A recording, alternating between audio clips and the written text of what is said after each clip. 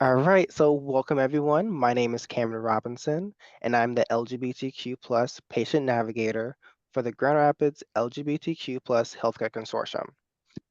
Jenny Knight, who is being subbed in by Jay, um, is our executive director and will be helping me in the chat. I wanted to go over a few things before we get started. Just as a reminder, the session will be recorded and later uploaded to our website. To protect all attendees' identities, we will not be posting anything to show attendees or their names. We ask that all questions be put into the chat and I or Jay will read them at the end of the presentation. If you feel compelled to give, we welcome donations to our Give Butter campaign. The donations will be given towards trainings we offer, like MedPath Mentors, future events. Please feel no obligation to give, but if you would like to, you can visit our website and there will be a donate button in like the middle of the homepage. One of us will be dropping that link in the chat very soon. And then if you're receiving CEU credits, that link will also be dropped in the chat pretty soon. Now, allow me to introduce you to our presenters today, Brittani Decess and Kelly Benzin. Oh, Brittani Decess is a licensed professional counselor at Health for Life Counseling in the Grand Rapids area. Brittani is a trauma-informed therapist. We've talked about that before. And Brittany's areas of expertise are domestic violence, sexual assault, abuse, neglect, relationship issues, relationship dynamics, sexuality, non-monogamy, and LGBTQ plus experiences. Kelly Benzin is a therapist also at Health for Life Counseling. Kelly specializes in helping people recovering from trauma, specifically survivors of intimate partner abuse and sexual assault. She aims to provide a safe, non-judgmental space for the members of the LGBTQIA plus community and those who have relationships outside of the heteronormative and mononormative structures. Kelly and Brittani, the floor is yours. thank you. Thank you, Cameron. Thank you, everyone, for logging on today to have a little brief overview of non-monogamy. Kelly and I would like to put that asterisk, a disclaimer, or a star of this is probably the very tippy top of the iceberg. There is so much more information that is out there, and we really encourage you to either do some of your own research or ask some questions at the end. And we are going to provide a resource list at the end of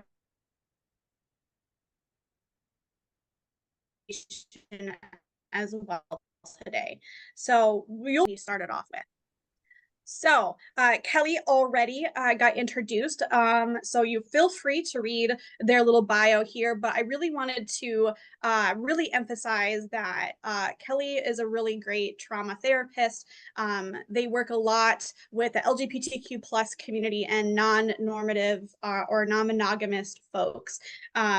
One of the really good things I appreciate about Kelly is she is not scared to have difficult or challenging conversations about all of the isms, racism, homophobia, implicit biases. And without Kelly, I don't think some of my own biases would have been checked. And that's something I really, really appreciate about Kelly. And Kelly goes by she and they.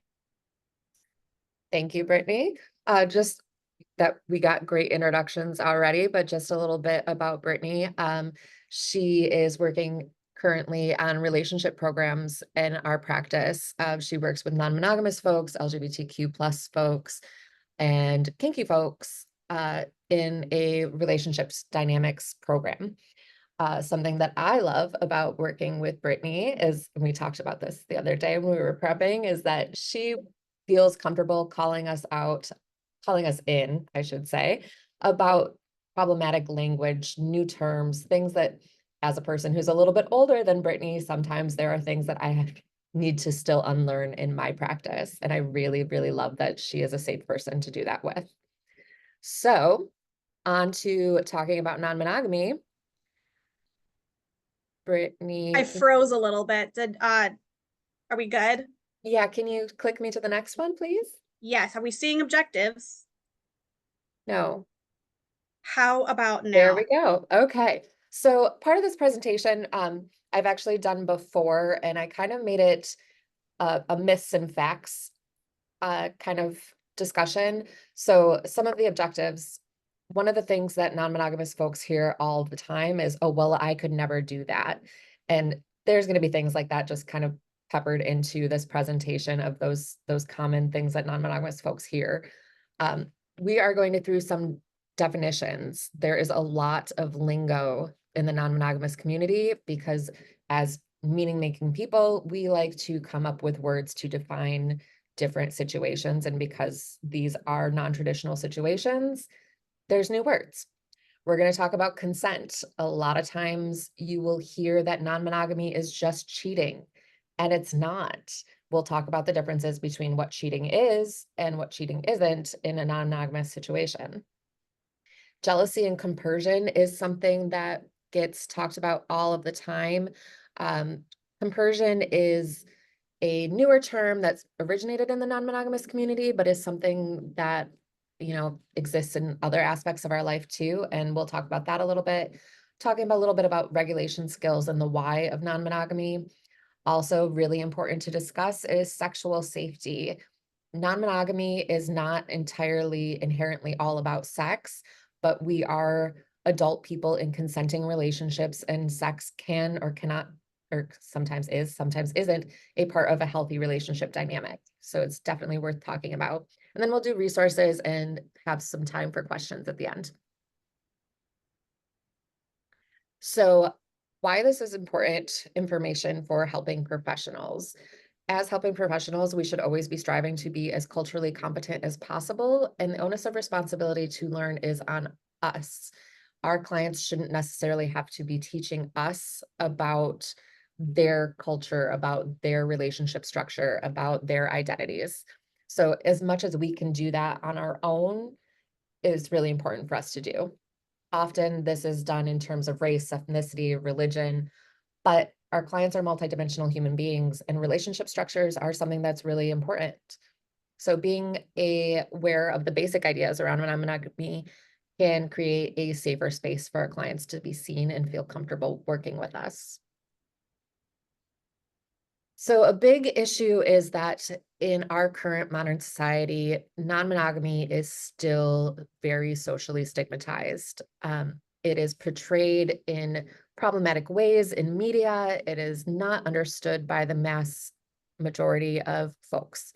So these are main reasons as to why people may not disclose their relationship structure and why they may not feel safe to disclose. So yes, again, social stigma. We live in a conservative town.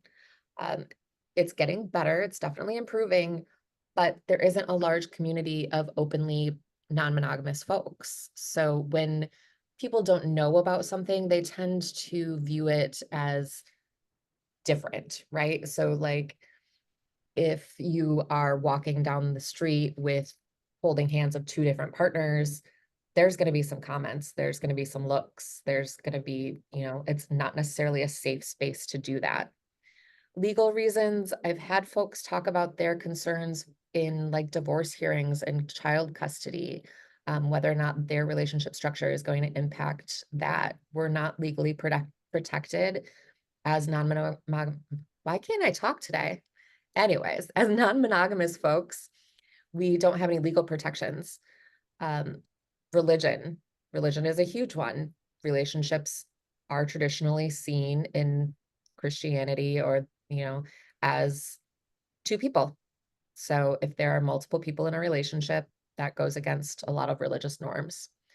Also, intersectionality is an important issue. If you are already a person who has multiple identities that are oppressed in our society, adding another one to that list that you may not need to might not feel safe. If you are dealing with racism, with sexism, with homophobia, adding in another aspect of your identity that could be frowned upon or judged doesn't always feel safe to people. Mhm. Thank you, Kelly. So here is some of the lingo that would be really important to kind of put in your brain space if and when you encounter someone who is non-monogamous. So the biggest term, you've already heard Kelly and I say non-monogamy probably, oh, I don't know, 10 times today. And that is because consensual or ethical non-monogamy is this umbrella that holds all other dynamics. So Kelly and I, from this point forward, instead of saying non monogamy, we might shorten that to consensual non monogamy or CNM or ethical non monogamy, ENM, which is basically a framework for relationships that involve emotional or physical intimacy with more than one partner. As Kelly already stated earlier, non monogamy or ENM doesn't have to be about sex and intimacy. And so that emotional component can be very important. So if E and M is the umbrella, polyamory kind of goes underneath that. And polyamory is when people desire to have multiple romantic or sexual relationships with all parties in knowledge and consent. So what that means is if you're being ethical, is that you have had conversations about what kind of relationship dynamic or style you would like, and you're getting everyone's consent or agreement of that. Open relationship involves partners who have sexual partners outside of their relationship. One or both partners could engage in this dynamic. I know in my field, I often have this conversation with folks of like, what's the difference between open relationship and cheating? And again, it kind of goes under that. In an open relationship, that couple or those people involved have had a conversation and agree to, we want to open up our relationship. Swinging is has had, I think, a lot of uh what do I want to say, like social media presence, particularly I know on TikTok, there's always a lot of things about Florida. And so I think people are curious about what that really is, but don't really understand. And so swinging does fall under that E&M umbrella. And that's when partners engage in sexual play with other individuals or couples, usually together or in the same room or same time or same place. They tend to seek more of a physical relationship than emotional connection. In some cases, swinging can be a one off experience where a prolonged relationship dynamic doesn't necessarily have to be employed after that event. Moving forward with some other definitions. Whoops, I'm going too fast. There we go. Metamor is the partner of one of your partners. And so if we have two people and then this person has a partner, that person is the other person's metamor. I know that probably feels very confusing.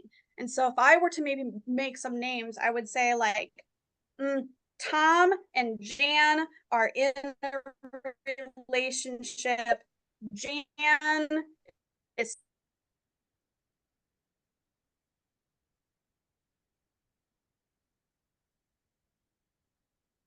Brittany, are you frozen? It appears Brittany is frozen. Okay. So I'm just gonna pick up where she was. Tom and Jan.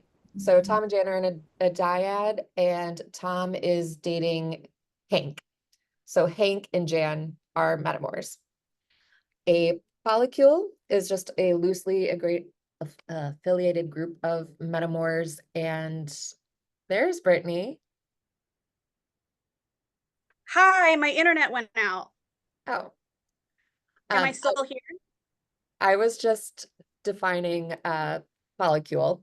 So a polycule is a loosely affiliated group of metamors and partners. So everyone that I am connected with is part of my polycule. Back to you, Brittany. Thank you. Thank you, everyone, for understanding that my internet went out. And Kelly, you were great just jumping in there. So Kelly just defined polycule. Hierarchical polyamory is this practice that privileges some partners over others, using the terms primary and secondary. I would say the primary or the hierarchical partner does not necessarily have to be married. But I know for a lot of the clients I see that are participating in a hierarchical polyamory, sometimes they have a married couple, which is like the primary relationship, and all of their metamors and the rest of their polycule are sometimes considered secondary. In this dynamic, you don't have to be married. And also, just because even though there's this word of hierarchical, it does not mean that there is power or control over the other dynamics. And then in solo polyamory, it is a branch of polyamory that views personal agency as a core value. Individuals typically don't focus on couple or group dynamics. They tend not to merge finances or domestic lifestyles with those partners. And what we mean by merging domestic lifestyles, it means they might not live with them or have a family with them. Polyfidelity is a type of romantic relationship with more than two people who are only dating each other and close to an outside relationship. So, and another way to describe polyfidelity is the throuple. So if we had, again, Jan and Tom and Ben, those three people have decided that they are going to date each other and not have other partners outside of that relationship dynamic. Monogamish, I think, is a new buzzword that I'm hearing a lot. I would say, at least with the way with my clients describe it, is they're usually trying to navigate if they want to open up their relationship or have a monogamish relationship. And that is a type of relationship that is mainly monogamous, so mainly two people, with agreed upon exceptions such as play parties or when one is traveling.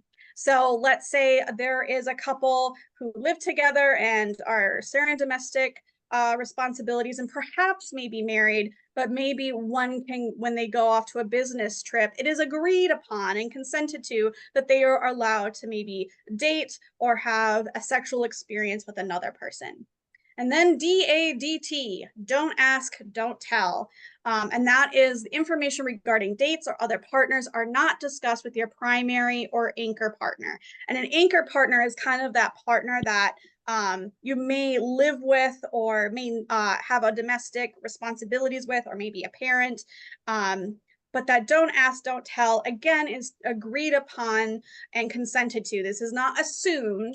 This is talked about within that polycule or in that relationship dynamic of, is this what we want to do?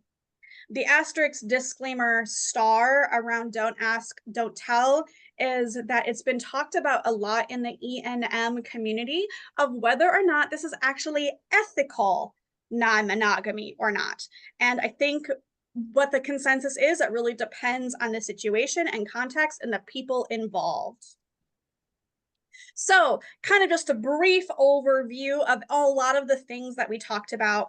Notice how non-monogamy in that green bubble is where it all stems from. And this flow chart kind of allows you to see all the different forms. And so those blue parts, honest, is what me and Kelly would talk about, ethical and consenting to a non-monogamous relationship. Where dishonest is we're hiding things, we're omitting things, and dishonest might lead into cheating if the people involved are not aware of the behaviors or the things that you are doing outside of that relationship dynamic. So consent in all things is really important within the non-monogamy community, and it hopefully should be even with monogamous folks out in the world.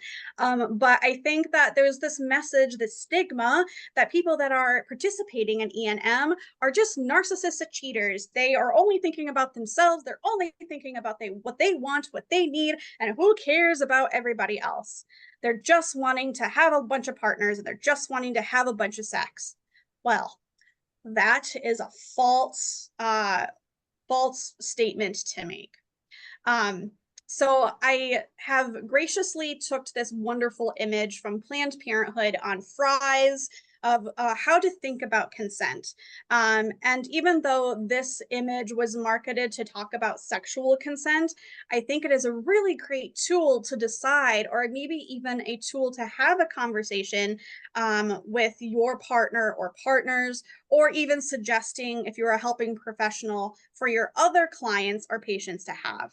So F is freely given. So that means we are not guilt tripping, we are not coercing, we are not trying to stronghold or abuse. If we're talking about non-monogamy, whether we're having an open relationship, whether that's physical, whether that's romantic only, what type of structure we have versus solo or hierarchical, you want to be able to have that open conversation that feels free. And also any decision or boundary that was made during that initial conversation can be reversed at any time.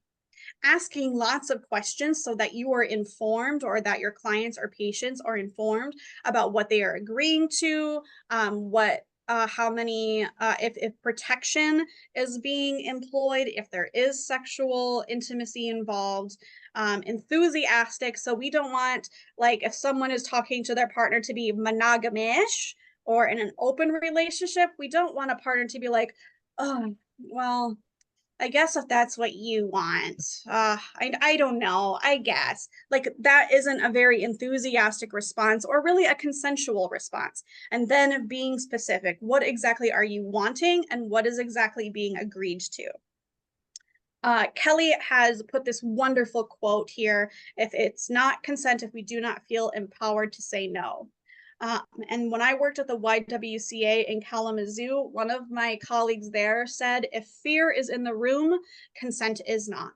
And so kind of going with that freely given piece, if you are feeling some type of way that is really uncomfortable, are you absolutely able to consent in that way? And if I haven't already, said this enough, that it's not consensual if it's being lied about, if it's not being talked about, if it's not being open about, that's just cheating. And cheating is any breach of agreement made between members of a relationship. Consent, like I said, does not just have to be about physical intimacy, and is about all other aspects of your life as well. And these are what makes for relationship agreements. So Kelly, bring it to you. Thank you. Okay, so I am going to talk about jealousy and compersion. One of the things that I have been asked a million times is, aren't you just jealous all the time? And that's not necessarily true. So next slide, please. I think that one of the really important things to remember is that jealousy isn't a bad emotion. As therapists, Brittany and I both definitely agree that there's no such thing as a good emotion and a bad emotion. It's really just a signifier that something else is going on, and that we really need to do some self-reflection and figure out what that is. Maybe you're feeling jealous because you are not getting a need met in your relationship. Maybe you aren't jealous, and maybe you're envious, and there is a difference between the two.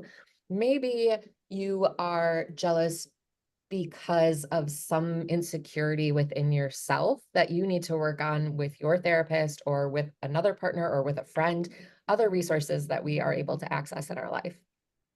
A really important thing in non-monogamy is that our partners are going on dates. They're being sexually intimate. They're being emotionally intimate with other people. And when that is happening, there is the responsibility to learn how to self-regulate. It is also important to co-regulate, because we are social creatures and we do really benefit from social interaction and co-regulation. Sometimes that is referred to as aftercare. So if your partner is off on a date with somebody else, they come back and you two interact, if there is some sort of reconnection kind of ritual that y'all agreed upon.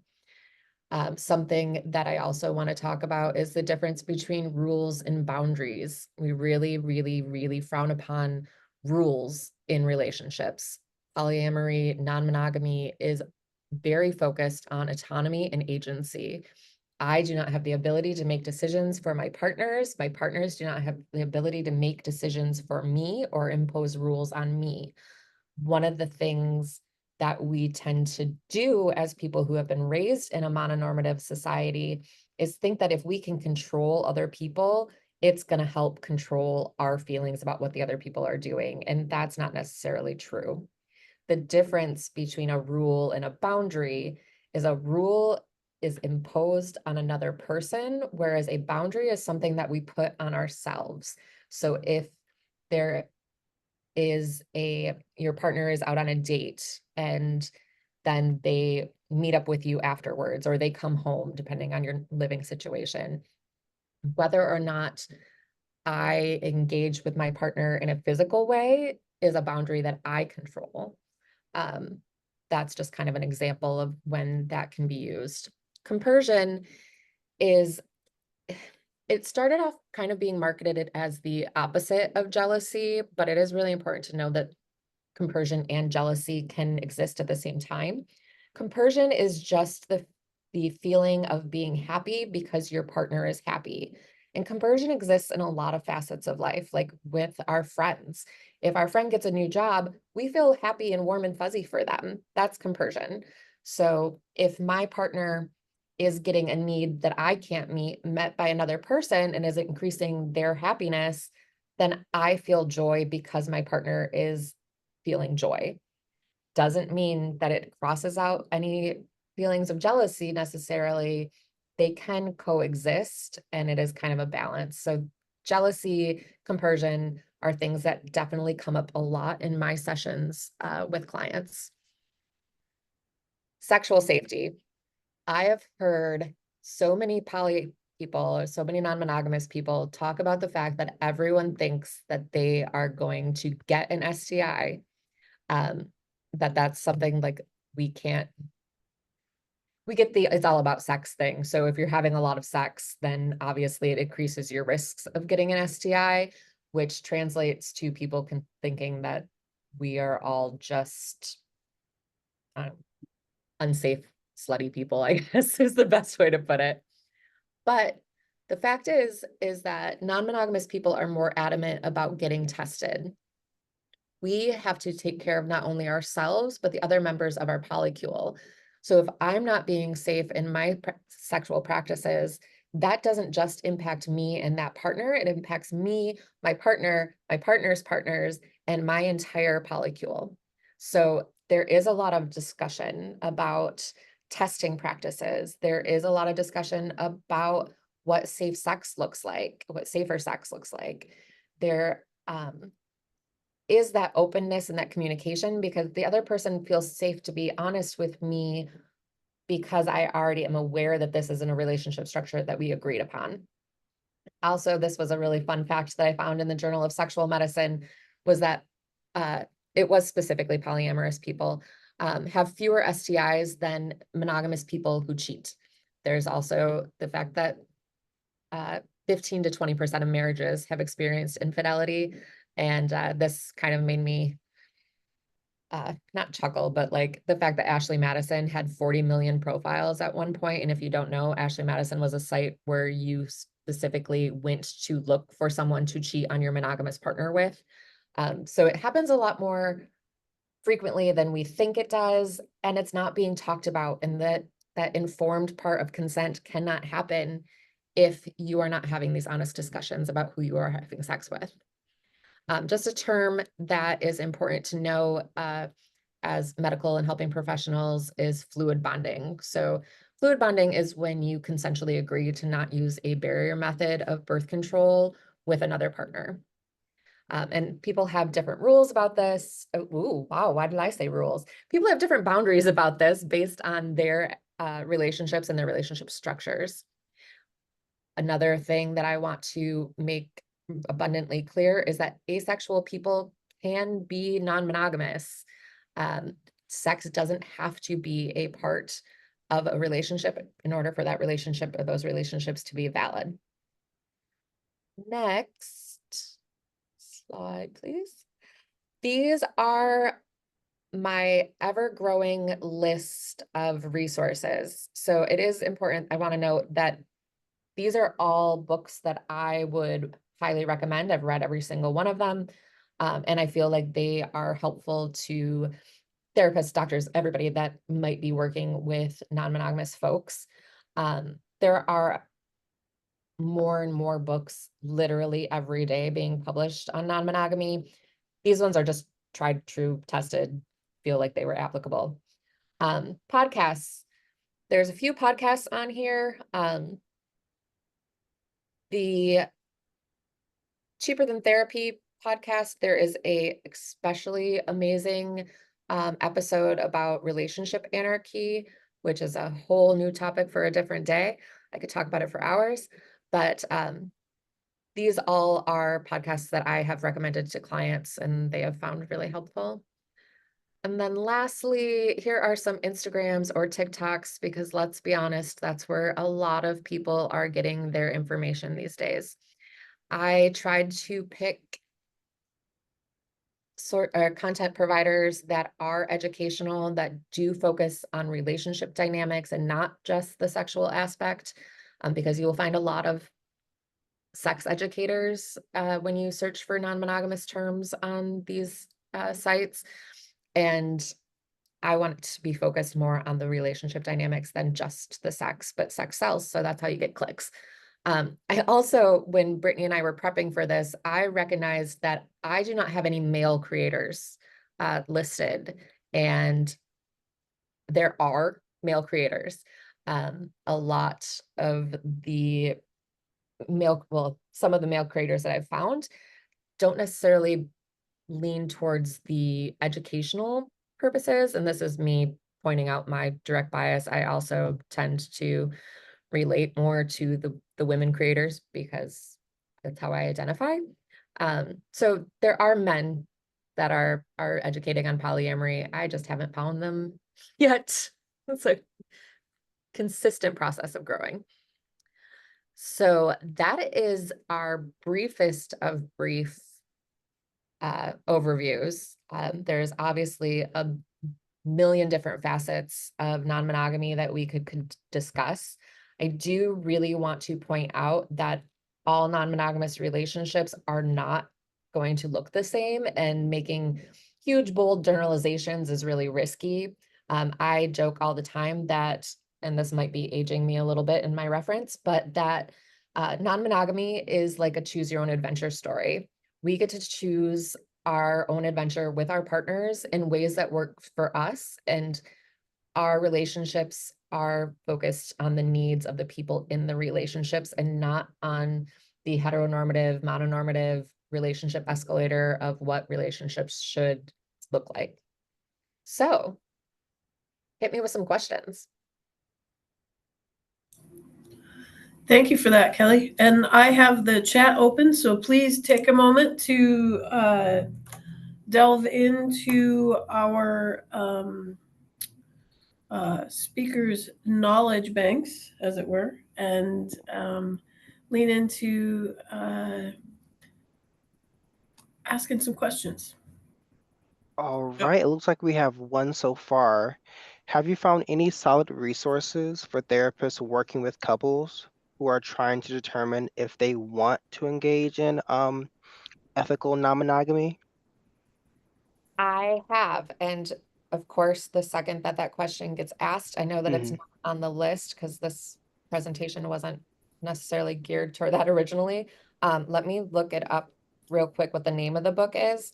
But I do want to say, when you are starting work with a new couple that wants to determine whether or not they want to be non-monogamous, one of the best tips that I have learned is that you have to go at the speed of the slowest person in the dyad.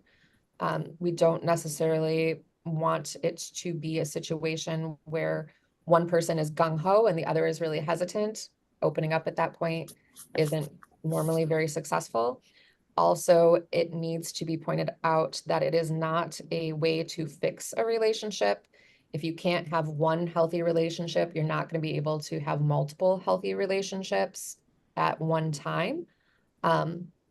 Also, the other thing that I want to point out, sorry, I got distracted by the text box, is that if a person in a dyad is already cheating, it's unlikely that you're going to be successful in non-monogamy and continue that current relationship because the trust and all of the things that you need to be successful in non-monogamy are already broken. The book is called Polyamory, a Clinical Toolkit for Therapists. And the author is, I'm just going to type it because I do not want to mispronounce their name. And while Kelly is typing that in the chat box, I do think both for the therapist and for people who are interested, did I freeze? Okay, I didn't freeze. I particularly like offering or reading as a therapist polysecure, polywise, and more than two. More than two, actually, at the end of each chapter has a bunch of questions that are helping the reader explore why they might want to open their relationship or be non-monogamous. And I think some of those questions can be really helpful in deciding, like, what is my intention? What conversations do I need to have? And even, you know, what conversation should I maybe have with my therapist to explore with?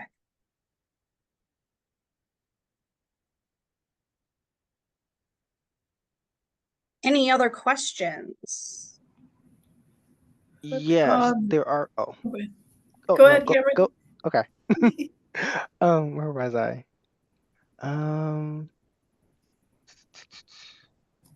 oh, you mentioned that fear cannot be in the room in order for a person to give consent. But I can imagine that nerves would be normal for folks first exploring ethical non-monogamy. Can you speak to how to help folks navigate this or negotiate this? Mm-hmm. So with fear, I think what I was talking about is a fear that holds you so close or is so overwhelming that you feel like you can't move, you feel like you can't speak. And I think when it comes to sexual partners, like if you are too scared to say no or stop, then that wasn't a consensual experience, particularly in the bedroom.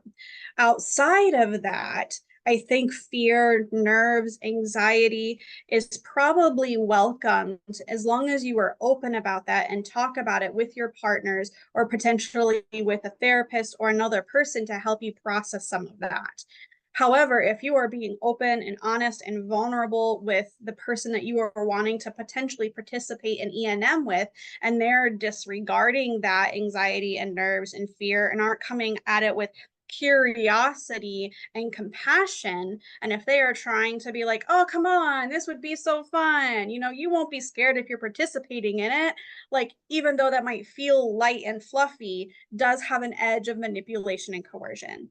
Kelly, would you like to add anything to that? Yeah, definitely. As a person who is openly practicing non-monogamy, I will say that nerves are going to be a factor. I work a lot with clients on nervous system regulation. I constantly recommend and employ in my own life accessing my other resources for regulation when my partners are off on other dates or with their other partners. Lots of times making sure on those first couple of dates that their partner is going on, that your client has something else to do. Hanging out with friends is super helpful.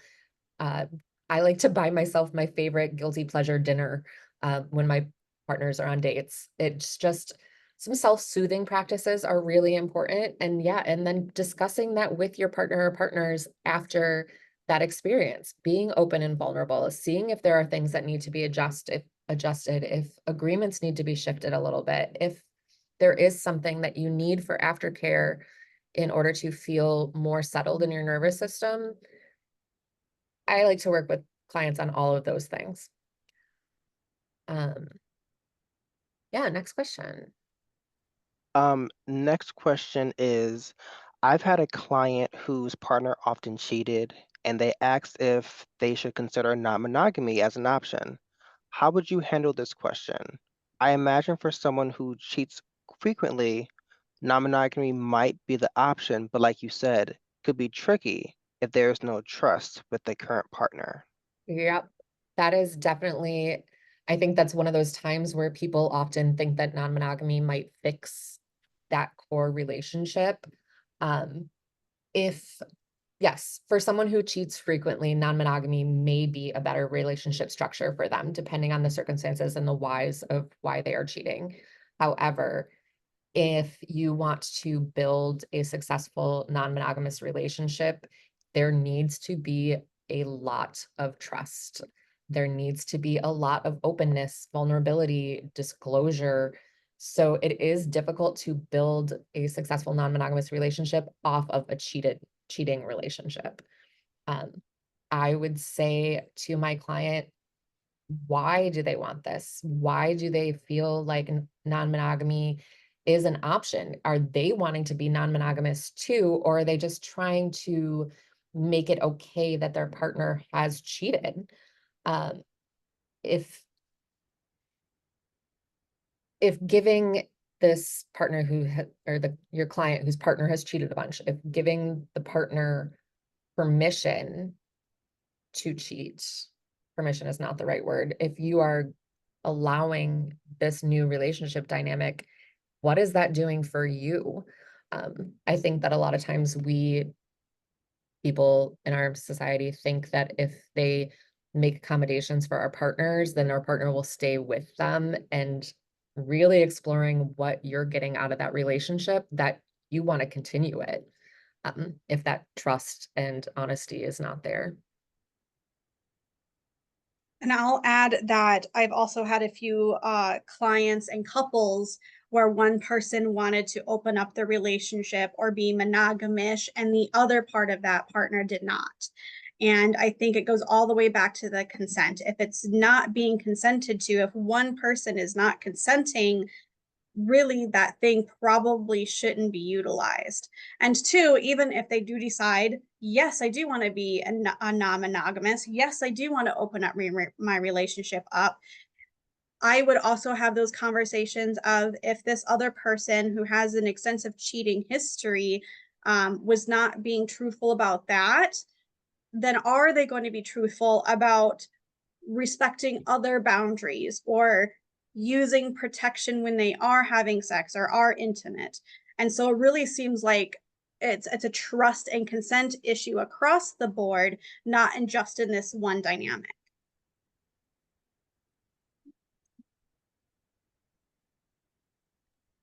The next question is, oh, give me 1 second. I'm sorry. Where did it go? I lost. There it is. How does asexual non-monogamy differ from a close friendship? That I have two different ways that I could answer that question. So first of all, being asexual doesn't necessarily mean that you're aromantic. So the difference between a close friendship and a romantic relationship, there's still those differences, right? So an asexual person may not be having sex with multiple partners, but they may have those loving romantic feelings for multiple people. On the other hand, as a person who identifies as a relationship anarchist, this question gets a little more nuanced for me, because in relationship anarchy, we don't necessarily value romantic relationships over friendships. All relationships, depending on or independent of what they are, so friendships, family relationships, romantic relationships, they're all on equal playing ground. Or yeah, that's not the saying, but whatever. So one is not more important than the other. So a close friendship for me personally can have a little bit of romance in it. I joke all the time that I'm a little bit in love with all of my friends. It is not, it's not hierarchical in our American society. We really put romantic relationships at this higher level than our relationships with our friends and our family members. I don't necessarily believe that to be the case. So it may look more like close friendships, but what a friendship is versus what a romantic relationship is a little more nuanced for some people, me included. Does that I would answer that question? I would also like to add that like there are different types of attraction. So just because a person who is ace doesn't have sexual attraction, they can have aesthetic attraction, which is like, I like the way you look and I find you attractive, or romantic attraction. And I think that romance can depend on person to person and case by case. I know my bias when it comes to romance is like that, like, who do I want to spend the majority of my time with? Who do I want to nest or have household responsibility with? Who can I be vulnerable and trust and confide in? Who would I might want to cuddle with? Because, you know, cuddling we can do platonically as well. The next question I think is for Kelly. Is it Mhm. correct that relationship anarchists don't believe in hierarchical non-monogamy? I love that believe is in quotes because that just cracks me up. So no, uh, kind of one of the basis of relationship anarchy is that we don't really believe in hierarchy anywhere. It's not something that we support. No relationship is better than another. So having a primary partner who is able to make decisions or have veto power or has some say about the other relationships in the polycule is something that relationship anarchists really frown upon. In my life personally, everyone in my polycule has the ability to make decisions about their own interconnected relationships. And also, our polycule does include some platonic partners, and that's a whole different concept and really confusing for a lot of people, but it is my anchor partner, who is the person that I do spend the most time with, does not have the ability to veto or tell me that I am not allowed to date someone else or have, oh, sorry, there was a follow-up part of that question. I want to make sure that I answer. So, okay, here's the thing. Hierarchical polyamory can be done ethically. It is just really dependent on the people in the hierarchy. It can depend on what that means, what primary partner means to people in a hierarchical system. If that means more responsibilities, more time, more enmeshment in each other's lives. But it might not necessarily mean that primary partner has veto power, which is the big thing that's discussed in making hierarchical non-monogamy unethical. So I think this follow-up question of how might a therapist challenge that idea of hierarchy while respecting where the client is at, that's the same way that we do as therapists when challenging any kind of idea, right? So just asking those questions of why is this structure so, like, what do you benefit from this structure? How does this structure empower you? How do you feel more safety and security in your relationships in this structure? Because a lot of times, I think that coming out of a monogamous relationship, um, or monogamous relationship structure, we value that one person in a different way than we do all the other people that we interact with. So it is these little text box. It's also my birthday today, by the way, so I keep getting texts during this. I'm so sorry that I keep losing my train of thought. But I would just start there with questioning why. Oh, I know what I was gonna say. A lot of times monogamy provides some not necessarily even realistic sense of security for people and safety in a relationship. So they start to think that if they're in a primary relationship and they're the most important person to this other partner, that no one's going to be a threat to them. And that's not true in monogamy or in non-monogamy. Mm-hmm.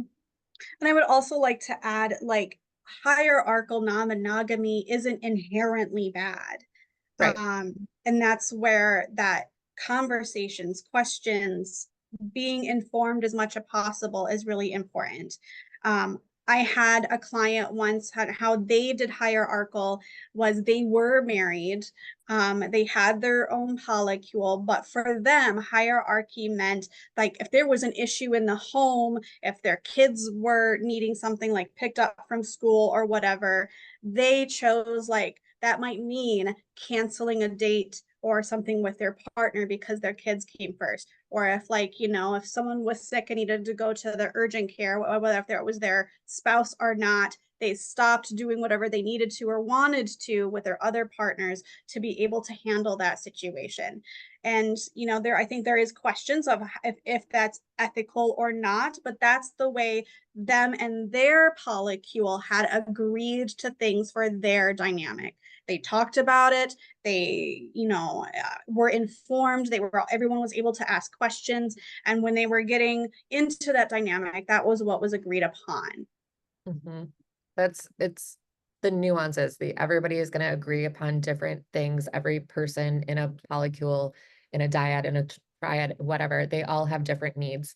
My polycule jokes all the time that we are non-hierarchical, but if my kid needs something, she wins.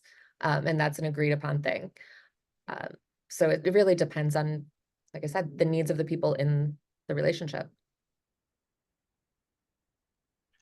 So we do have another question in the chat.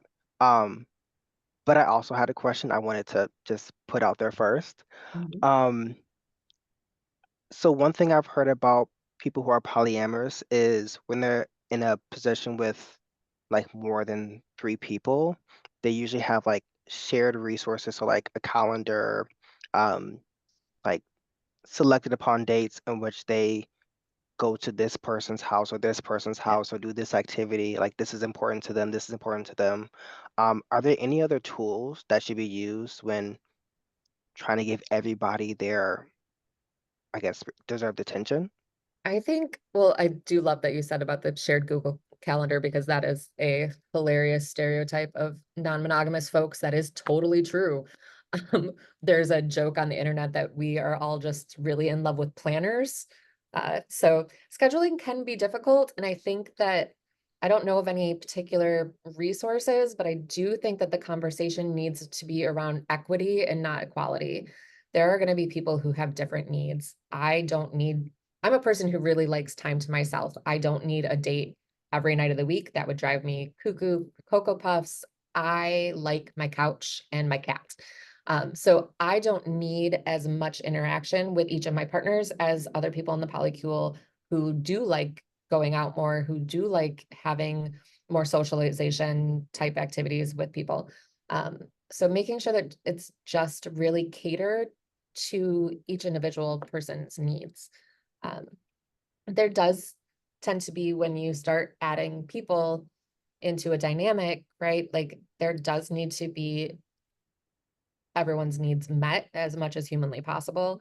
There's also the term polysaturated. So if you get to a point where you recognize that you are not able to meet any all of your partner's needs that they have requested and that you have agreed to, there shouldn't be adding more people to the mix at that point.